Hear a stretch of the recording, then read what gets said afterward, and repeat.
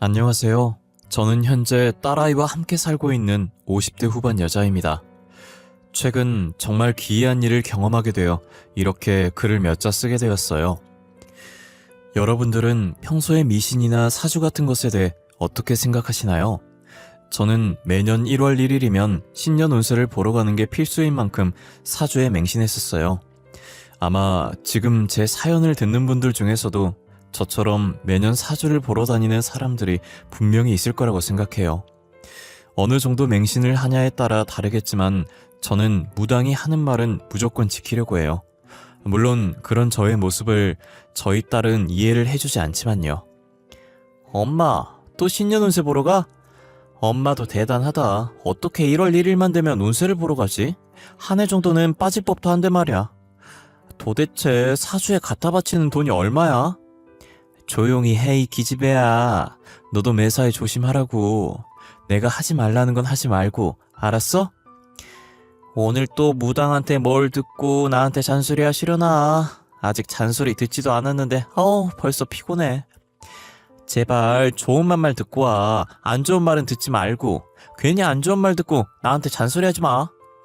안 좋은 일 있을 예정이면 미리 알아놔야 피할 거 아니야. 좋은 말만 들을 거면 거길 왜 가니? 너는 잔말 말고 엄마 갔다 올 테니까 집 청소나 하고 있어. 제가 처음부터 이렇게 사주에 맹신한 건 아니었어요. 저도 한땐 저희 딸처럼 사주 같은 걸 왜 믿냐고 생각했던 적이 정말 많았어요. 하지만 제가 이렇게 맹신할 정도로 사주를 믿게 된 데에는 다 그럴 만한 이유가 있었어요. 제가 태어나서 처음으로 사주를 본 건 저희 딸을 임신한 지 얼마 안 됐을 때였어요. 당시 제 친구 중에 지금의 저처럼 사주에 맹신하던 애가 한 명 있었거든요. 그 친구가 한날은 저더러 사주 보는데 같이 따라가 달라고 부탁을 하는 거예요. 정이야, 나 신년맞이 사주 보러 가는데 한 번만 같이 가주면 안 돼? 무당한테 사주 보러 가는 건 처음이라 무섭단 말이야. 무슨 소리를 들을지도 모르고. 싫어. 나도 무당 무서워. 그거 잘못 보면 귀신 붙어서 나온다던데. 그리고 나 지금 임신한 몸이잖아. 좋은 것만 봐도 모자랄 판에 나더러 그런 곳에 같이 가달라고? 그럼 너는 사주 안 보고 옆에만 있어주면 되잖아. 제발. 내가 부탁할 사람이 너밖에 없어서 그래. 그 사람 용하다고 해서 꼭 가보고 싶단 말이야. 내가 끝나면 밥 살게, 응? 저는 사주를 볼 생각이 전혀 없었는데 친구가 하도 조르는 통에 어쩔 수 없이 같이 가줬었어요. 가보신 분들은 아시겠지만 무당집은 앉아있는 무당도 무섭지만 들어가면 분위기부터가 되게 무섭잖아요. 길거리에서 흔히 볼 수 있는 사주 보는 집이나 타로 보는 집과는 완전히 다른 분위기였어요. 분위기부터 압도되어 제가 사주를 보러 온 것도 아닌데 괜히 긴장이 되더라고요. 가만히 친구 옆에서 무당이 친구에게 하는 얘기를 들으며 마른 침만 삼키고 있었어요. 그런데 무당이 친구에게 계속 안 좋을 말만 하더니 갑자기 저를 쳐다보는 거예요.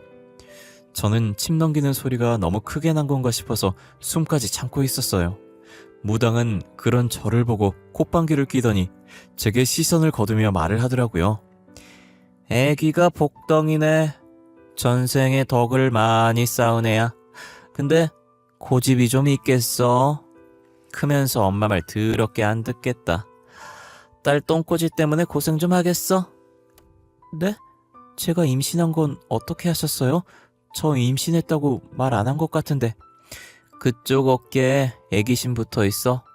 애기 태어나면 애기신이 그애 보살펴 줄 거야. 전생에 덕을 많이 쌓았거든. 근데 신도 못 꺾는 똥꼬집이 그 애한테 있어. 신도 피곤해야겠네. 갑자기 무당은 제가 임신했다고 말한 적도 없던 제 아이에 대해서 읊기 시작했어요. 저는 임신 초기여서 제가 먼저 말하지 않으면 임신한지 아무도 모르거든요. 그런데 그날 처음 본 무당이 제가 임신한 걸 한 번에 알아차리고 아이에 대해 말하는 게 너무 놀랐어요. 저는 놀라서 아무 말도 하지 못한 채 무당만 쳐다보면서 무당이 하는 말만 듣고 있었어요. 애가 복덩이야. 이렇게 보니 애가 전생에 덕을 많이 쌓은 게 아니라 그쪽이 덕을 많이 쌓았나 보네. 그러니까 이런 복덩이가 그쪽한테 굴러 들어왔지. 애기 태어나면 팔자가 피겠어. 9개월만 더 고생해. 애기가 태어나면 팔자가 핀다고요? 저희 가정 형편이 어떤지도 다 보이나요? 당신 꼴을 봐. 잘 사는 사람으로 보이진 않잖아. 애기 태어나면 돈이 차고 넘칠 만큼 생길 거야. 그러니까 조금만 더 견뎌봐. 9개월 뒤엔 떵떵거리면서 살 수 있겠어. 대신 남편 명줄이 좀 짧다? 남편 명줄이 짧다고요? 아닌데. 남편 말론 예전에 무당한테 전본 적이 있었는데 자기 명줄 길다고 벽에 똥칠할 때까지 살겠다고 했댔어요. 누가 그러디? 그 말 한 사람한테 가서 복채받은 거 도로 토해내라고 해. 2배로 토해내라고 해. 하나를 얻으면 하나를 잃는다는 말 알지? 그쪽은 아이를 얻는 대신 남편을 잃을 운명이야. 그럼 제가 이 아이를 낳으면 평생 과부로 산다는 얘기인가요? 그렇지. 근데 그게 애 탓은 아니니까 괜히 애 잘못이라고 생각해서 이상한 생각하지 말고. 그 애 놓치면 그쪽이 손해다? 그냥 원래 남편 명줄이 짧게 태어난 거야. 그러니 애 탓은 하지 마. 저는 당시엔 그 무당이 순 엉터리라고 생각했었어요. 매년 건강검진을 해도 깨끗하게 아무 이상이 없던 남편이었는데 명줄이 짧다니요. 당신은 사고사가 생길 수도 있다는 생각을 하지 않았고 건강하면 다 오래 살 줄 알았어요. 그래서 무당의 말을 믿고 싶지 않았고 믿을 가치도 없다고 생각했어요. 저는 자기 인생은 자기가 개척해 나가는 거라고 저 나름대로의 철학이 있었거든요. 그런데 남편의 명줄이 짧다는 말에 너무 기분이 나빠서 여기 순 엉터리라면서 친구한테 가자고 팔을 잡아 당기면서 나왔어요. 그 무당이 제가 임신한 것도 맞추고 가정 형편이 어렵다는 것도 맞춘 게 더 기분이 나빴어요. 혹여나 저희 남편의 명줄이 짧다는 말도 사실일까 봐요. 그때 저희가 결혼식도 못했을 정도로 가정 형편이 어려웠었는데요. 형편이 나아지면 결혼식을 올리려고 혼인신고만 하고 살았었어요. 저희 두 사람도 겨우 먹고 살 만큼 찢어지게 가난했었거든요. 그런데 무당 말처럼 저희 딸이 태어나자마자 남편의 사업이 대박난 거예요. 여보, 우리 이제 고생 끝났어. 더 이상 이런 집 안 살아도 돼. 추운 곳에서 안 떨어도 된다고. 우리도 이제 집이 생기는 거야. 그게 무슨 말이야? 우리가 집이 생기다니. 내가 알아듣게 쉽게 말해봐봐. 내가 당신 몰래 부모님 사망보험금으로 사업을 하나 시작했는데 그게 대박이 났어. 지금 여기저기서 투자하겠다고 난리도 아니야. 이제 이 단칸방 생활도 오늘부로 끝이라고. 남편은 저 몰래 시부모님 사망보험금 넣어둔 통장을 가지고 가 사업을 하고 있었고 저희 딸이 태어난 지 이틀 후 거짓말같이 사업이 대박난 거예요. 저는 엄청 기뻐하다가 갑자기 그 무당이 생각이 나서 사색이 되었어요. 그렇다는 것은 정말 저희 남편의 명줄이 짧을 수도 있다는 것이잖아요. 저는 이게 우연의 일치인지 진짜 무당의 말대로 된 것인지 확인하고 싶어서 다시 찾아간 적이 있었어요. 이번엔 남편이랑 같이 갔었는데 저를 보자마자 다시 올 줄 알았다는 듯 기분 나쁘게 살짝 웃더라고요. 얼굴이 저번보다 많이 좋아졌네. 그때는 나한테 순 엉터리라고 하더니 왜 다시 찾아왔대? 그나저나 애기는 같이 안 왔어? 덕 많이 싸운 용안 한번 보려고 했는데. 오늘은 딸 말고 저희 남편이요. 저번에 그러셨잖아요. 저희 남편 명줄 짧다고. 그거 진짜예요? 얼마나 짧은 건데요? 명줄 길게 할 수 있는 방법은 없는 거예요? 뭐야? 내 명줄 짧다고 그랬어? 아닌데. 재작년에 다른 무당한테 가서 전 봤을 땐 분명히 나한테 명줄 길다고 그랬는데. 도대체 어디서 보고 온 거야?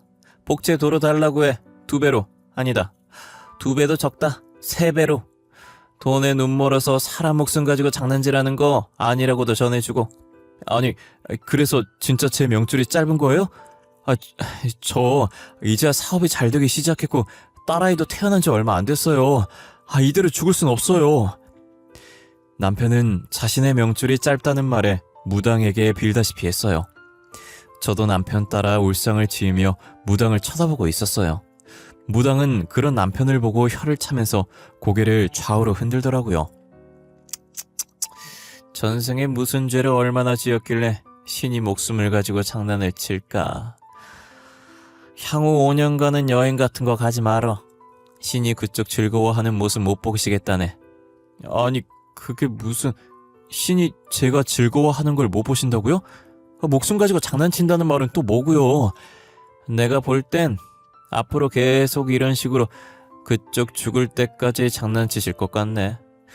딸이랑 와이프는 사주가 좋은데 이 사람은 어찌 이럴까.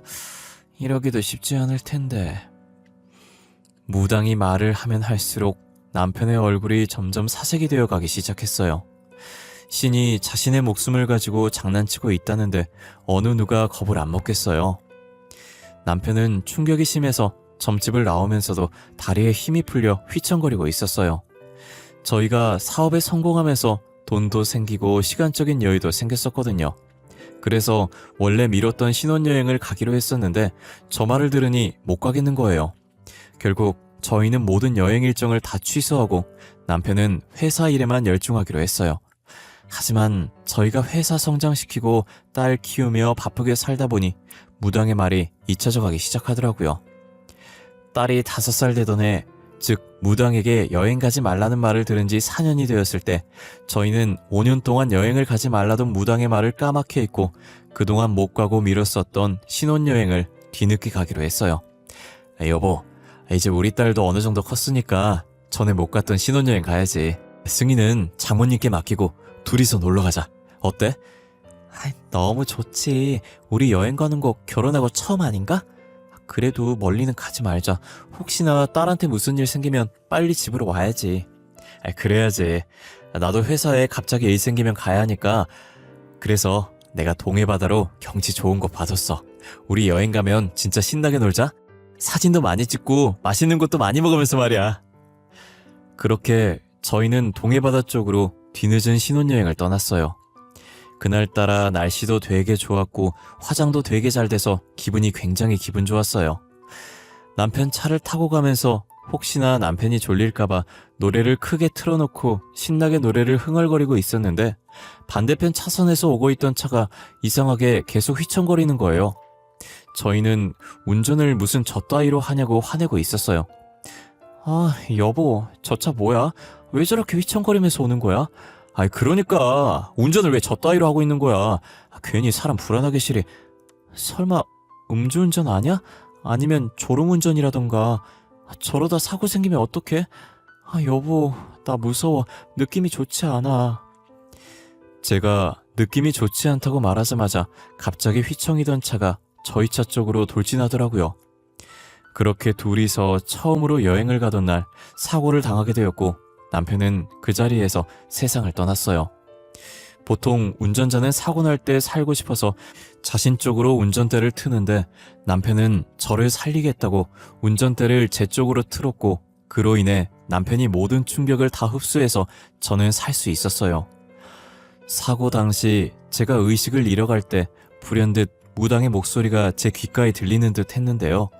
저는 그때부터 사주라는 게 존재하는구나, 신이라는 게 있구나 싶은 생각에 사주를 맹신하게 됐어요. 그래서 매년 1월 1일이나 중요한 일이 있을 때마다 무당을 찾아가곤 했어요.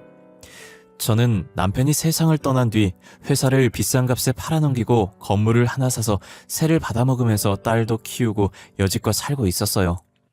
딸이 벌써 성인이 되었고 결혼을 하겠다며 남자를 데리고 온 거예요.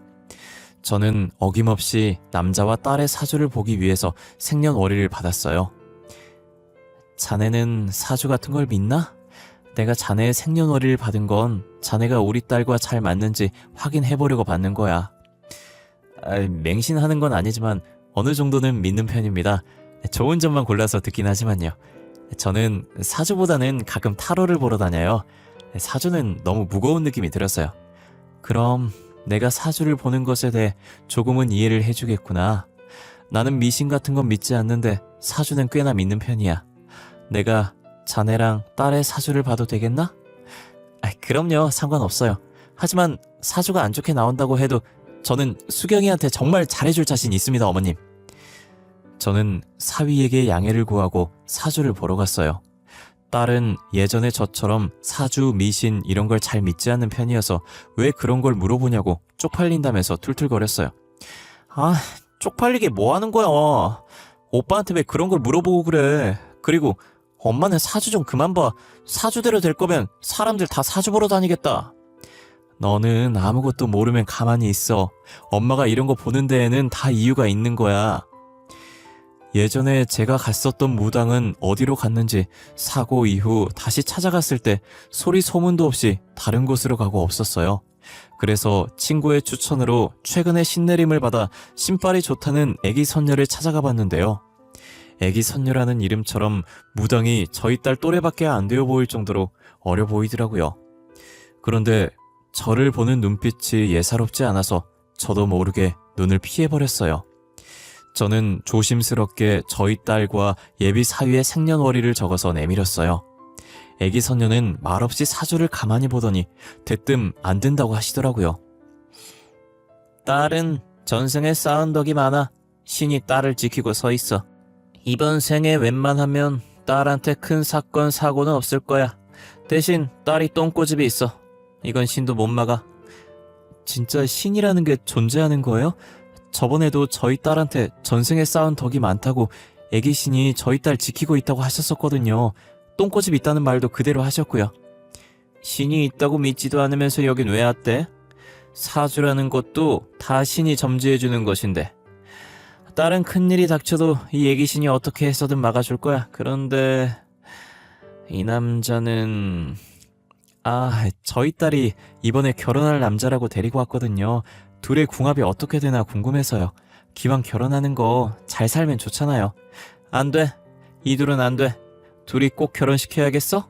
그쪽 딸이 위험해지는데도? 절대 이 남자를 사위로 들이지 마. 딸 죽는 꼴 보고 싶으면 결혼시키고.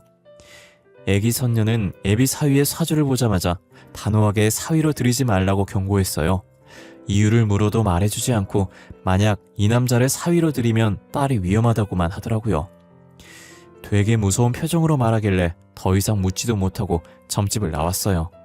괜히 그런 소리 듣고 나니까 찝찝한 기분이 들더라고요. 그래서 저는 집에 가자마자 딸한테 애기 선녀한테 들은 얘기를 다 해주었어요. 하지만 딸은 제 말을 귓등으로도 듣질 않는 거예요. 수경아, 내가 방금 너네 궁합을 보고 왔거든?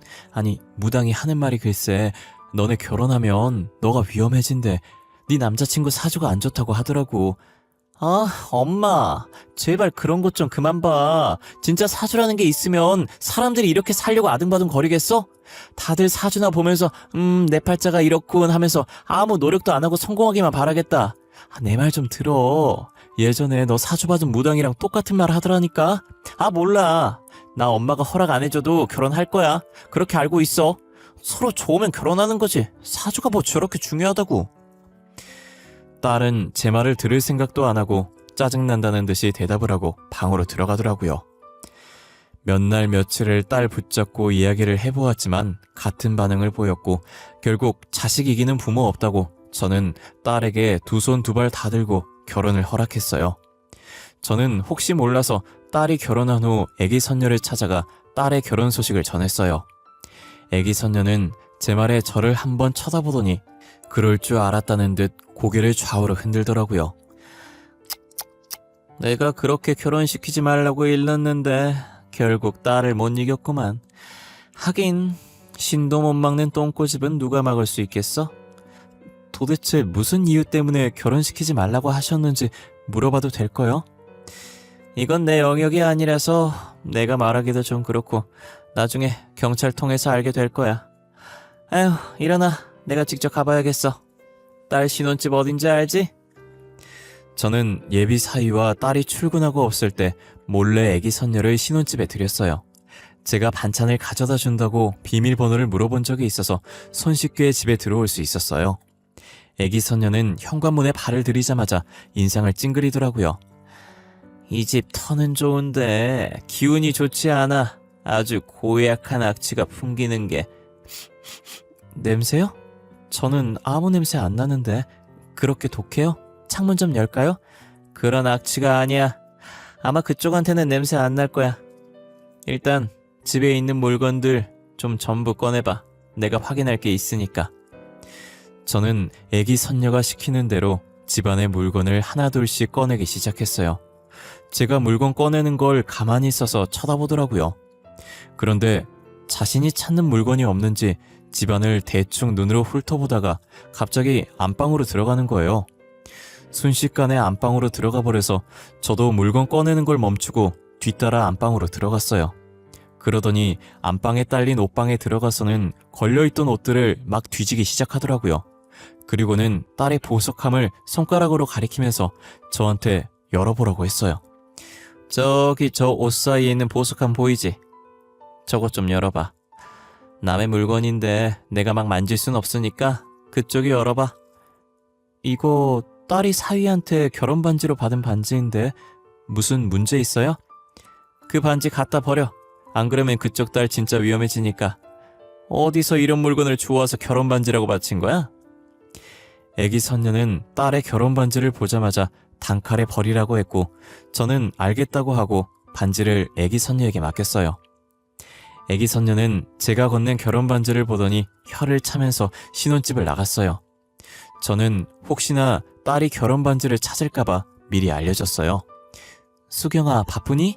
일하는데 전화해서 미안한데 네 결혼 반지 말이야. 무당에 안 좋은 기운 느껴진다고 해서 버렸거든? 혹시나 찾을까봐 미리 말해주려고.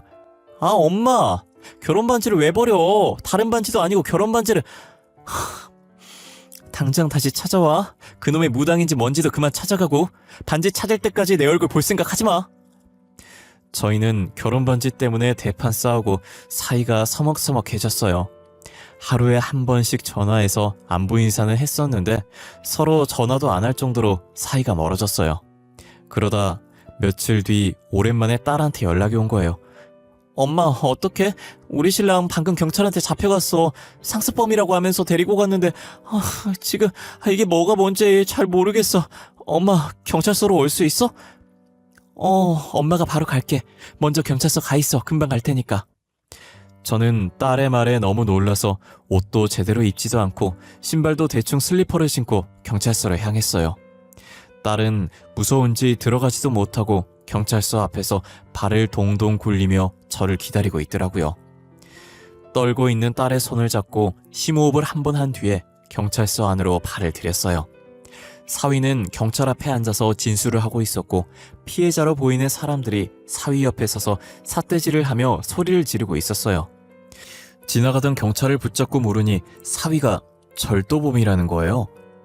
저기 형사님, 저기 있는 사람이 저희 사위인데 저희 사위가 왜 여기에 잡혀온 건가요? 아, 저 녀석이요? 저희가 몇 달이나 쫓고 있던 상습 절도범이에요. 저희가 저 녀석 잡는다고 얼마나 골머리 썩었는지. 알고 보니 사위는 시골에서 빈 전원주택 위주로 절도를 하고 다니는 상습 절도범이었고 딸에게 결혼 반지로 줬던 그 반지도 다른 집 거 훔쳐다가 준 것이었어요. 저는 애기 선녀가 분명 딸과 사위를 결혼시키지 말라고 신신당부했었는데 제가 더 강하게 뜯어말리지 못한 게 너무 후회가 됐어요. 저는 애기 선녀를 다시 찾아갔고 애기 선녀는 저를 힐끔 보더니 앉으라고 하더라고요. 마치 다 알고 있다는 듯이 일이 터졌냐고 물어보는 거예요. 얼굴 보니 일이 터졌구만. 그래, 그쪽 사위가 어떤 사람이던. 상습 절도범이더라고요. 그때 선녀님께서 가져가신 반지도 다른 집에서 훔친 반지였어요. 아니, 어떻게 훔친 반지를 결혼 반지라고 줄 수 있는 거죠? 그 반지 그쪽 딸이 들고 있었으면 딸도 같이 피해봤을 수도 있었어. 내가 반지 가지고 간 덕분에 딸한테까지는 큰 피해가 가지 않았던 거지. 도대체 그 반지가 뭐예요? 누구 반지길래 그러신 거예요? 반지 원래 주인이 죽었어. 그 반지가 있던 집이 사고사로 가족 전원이 죽었거든. 아주 원한이 많이 깃들린 반지인 거지. 그쪽 사위가 그 반지를 훔쳐와서 딸한테 준 거야. 선녀님은 어떻게 하셨어요? 그런 것도 신이 다 말해주는 거예요? 아닌데? 그건 귀신이 말해줬는데? 내가 그날 집에서 고약한 악취가 난다고 하지 않았나? 그게 귀신 냄새야. 그래서 그쪽은 못 맞는 냄새라고 했던 거고 귀신은 내가 원한 풀어주고 위로 잘 보내줬어. 그냥 그쪽이 걱정할까봐. 감사해요 선녀님. 그래도 선녀님 덕분에 저희 딸이 무사할 수 있었어요. 원래 내가 하는 일이 이런 건데 고마워할 것까지야. 딸한테 고집 좀 그만 부리라고 해. 나중에 신도 피곤해서 도망갈라. 딸 걱정은 하지 마. 나중에 재혼은 잘할 거야. 제가 울상으로 있자 애기 선녀는 딸 걱정하지 말라면서 저를 위로했어요. 다행히 딸은 자식이 생기면 혼인신고할 생각에 결혼 후 혼인신고를 하지 않았고 덕분에 복잡한 절차 없이 징역 중인 사위를 버리고 신혼집도 팔고 지금은 저와 함께 살고 있어요. 딸은 부모 말 들어서 안 좋을 거 없다며 제가 하지 말라는 건 최대한 안 하려고 노력하고 있어요. 옛말에 부모님 말 들으면 자다가도 떡 하나가 더 생긴다고. 이젠 엄마가 하지 말라는 건 절대 안 할 거야. 그렇다고 사주를 믿는 건 아니지만 엄마 말 들어서 안 좋을 건 없으니까. 아휴, 그래 이 녀석아. 내가 괜히 딸 잘못 되게 하려고 그랬겠어? 다 너 잘 되라고, 우리 딸 잘 되라는 마음에서 하지 말라고 하는 거지. 제발 이제 내가 하지 말라는 건 하지 마. 알겠어. 또 잔소리 나왔다. 이젠 엄마가 하지 말라는 건 안 할게. 됐지? 딸은 전 사위가 줬던 선물들을 진작에 다 버렸고 혹시나 자기가 가지고 있던 물건들 중에서도 조금이라도 전 사위와 관련이 있었던 물건들이면 과감하게 버렸어요. 저는 혹시나 전 사위 때문에 상처를 받고 다시는 결혼을 안 한다고 하면 어떡하나 걱정했는데 다행히 딸이 전 사위의 흔적을 말끔히 없앤 후에 새 출발을 했어요. 딸은 자신이 이혼했다는 사실을 말했음에도 사랑해준 남자라며 제게 소개해줬고 저는 보자마자 이 남자다라는 느낌이 들었어요. 어김없이 남자의 생년월일을 받아줬고 애기 선녀를 다시 한번 찾아갔어요. 이번에 저희 딸이 재혼을 하게 돼서 두 사람 궁합 좀 보려고 왔어요. 자기도 궁합 좋은 걸 알고 있는 것 같구만. 굳이 왜 나를 찾아왔어? 어떻게 알았어요? 느낌이 좋긴 했는데 그래도 확인받고 싶어서 왔죠. 두 사람 궁합이 그렇게 좋은가요? 뭐 조심해야 할 건 따로 없고요. 굳이 자세히 안 봐도 천생연분이네. 신이 붉은 실로 이어준 짝이야. 딸이 처음엔 실패했어도 두 번째는 남자 제대로 잘 데리고 왔네. 천생연분이라는 애기 선녀의 말에 저는 신이 나서 애기 선녀의 손을 잡고 진짜냐며 소리를 질렀어요. 애기 선녀는 제 반응을 보고 그렇게 좋냐면서 혀를 차더라고요. 저는 이제 죽어도 여한이 없다고 진짜 감사하다면서 점집을 나왔어요. 딸은 또 점집 갔다 왔다고 툴툴거렸지만 천생연분이라는 말에 내심 좋았는지 한동안 올라간 입꼬리를 내리질 못하더라고요. 그렇게 무당말을 믿고 저희는 상견례를 했고 현재는 딸의 결혼식 날만 기다리고 있어요. 다행히 딸의 시부모 될 분들도 다 좋은 분이라 철부지 저희 딸을 믿고 맡길 수 있겠더라고요. 그리고 딸한테 저보다 더 잘해주면 잘해줬지 못해주지 않을 분들 같았어요. 제가 보이지 않을 때도 딸이 충분히 사랑받는 것 같아 보였거든요. 딸은 집에 오면 예비 시부모님이랑 남자친구 얘기밖에 하지 않아요. 특히 시어머니 될 사람이 딸을 굉장히 이뻐하는 것 같더라고요. 홀어머니 밑에서 이렇게 훌륭하게 커져서 고맙다고 저한테도 그동안 혼자서 키우느라 수고 많으셨다고 전해달라고 했다더라고요. 상견례 때도 느꼈었지만 예비사위 집안은 사람 됨됨이가 된 집안 같았어요. 부모를 보면 아들이 어떤지 알 수 있다고 저는 더 이상 딸의 걱정을 하지 않으려고 해요. 지금까지 제 이야기 들어주셔서 감사합니다.